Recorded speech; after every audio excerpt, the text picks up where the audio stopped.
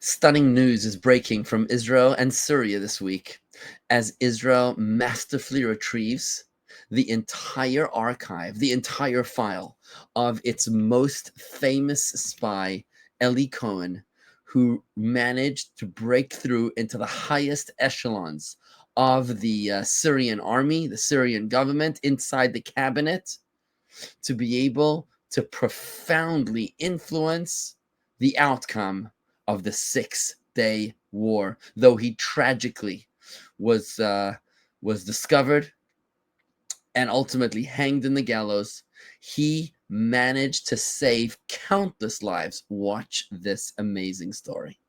The Prime Minister's office just announced that Mossad agents recovered 2,500 documents, as well as photos and belongings of executed Israeli spy Eli Cohen, which were retrieved from Syria. The announcement comes 70 years to the day after his execution. Also among the recovered items, keys to his Damascus apartment, forged passports, and photos that he took during his days in espionage, particularly of senior Syrian officials. The items were presented to the Prime Minister, as well as Mossad Director David Barnea and the widow of the late Eli Cohen. His will was also recovered, which he wrote only hours before his execution.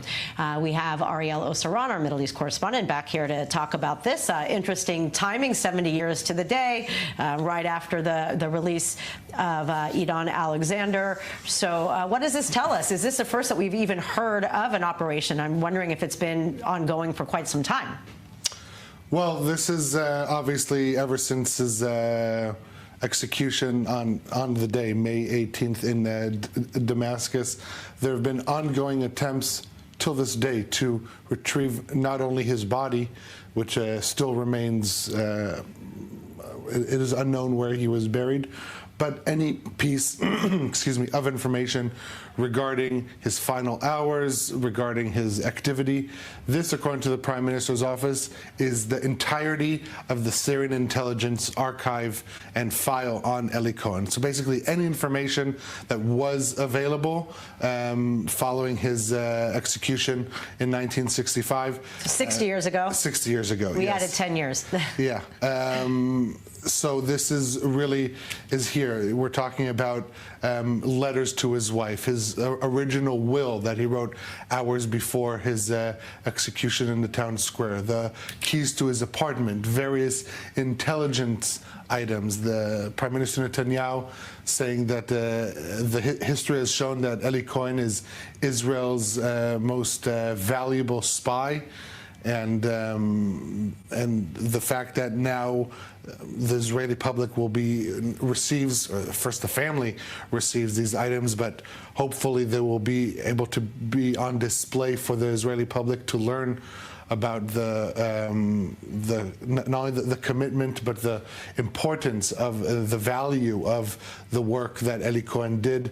Much of the success in the Six-Day War is attributed to intelligence that he supplied in Syria, and so this is not yet the full closed circle because his body has yet to be found, but all this information adds to the long-standing mission of the State of Israel to honor Eli Cohen, to acknowledge his valuable help to Israeli security, and also specifically for his family, that they can receive these items that can help them better understand what was going on and closure through him in his final hours and days. He has definitely, been one of the most, famous, celebrated spies. There have been movies written about him, books, etc.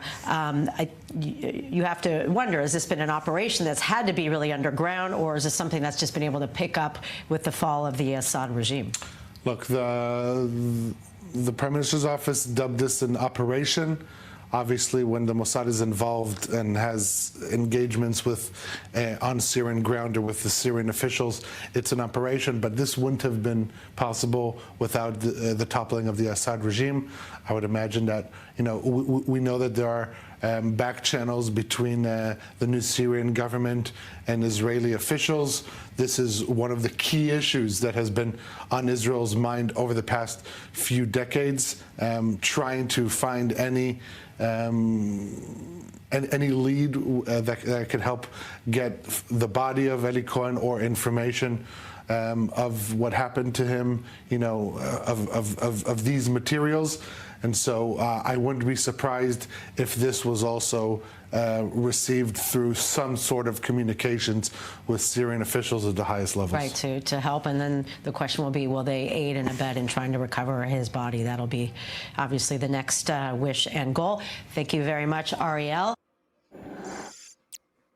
It's amazing when you go to visit the north of Israel, when you go to visit the Golan Heights, and it's this mountain range, which is actually a form of volcano, and that's why the ground is hard, solidified lava. You notice that it's a very, very dangerous place. Wherever you go, there's signs everywhere. It says Mokshim. There are mines everywhere, and you've got to really be careful to stay on the road because there's minefields all around.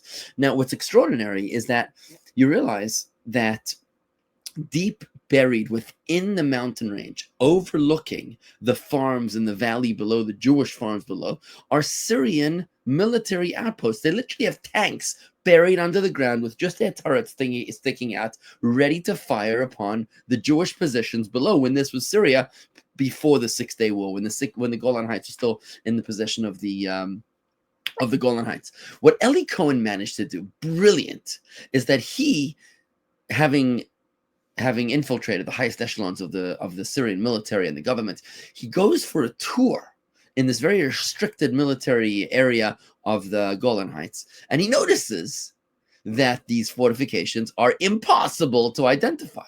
So what does he do? He comes up with a brilliant idea, what we call a Yiddish cup, a Jewish head.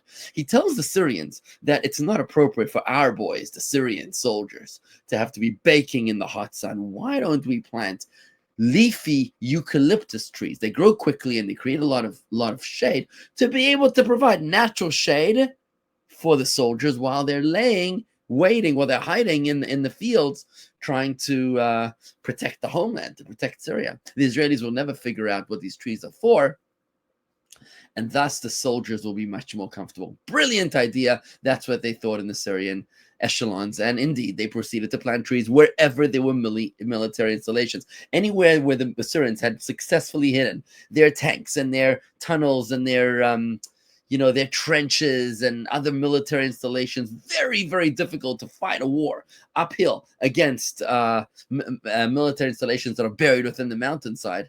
Now they were surrounded by trees, and all Eli needed to do was to send a message to Tel Aviv, to the Mossad, saying, when you come to the Golan Heights, bomb the living daylights out of the trees. And that is how Israel won the Golan Heights in the Six-Day War. They knew exactly where the Syrian military installations were because they were clear as day, sticking out like a sore thumb, the eucalyptus trees. And those trees are still there till today. When you go to the Golan Heights, look for the eucalyptus trees. Wherever there's trees, you'll notice that's where the military installations are. A Yiddish cup. God bless his soul.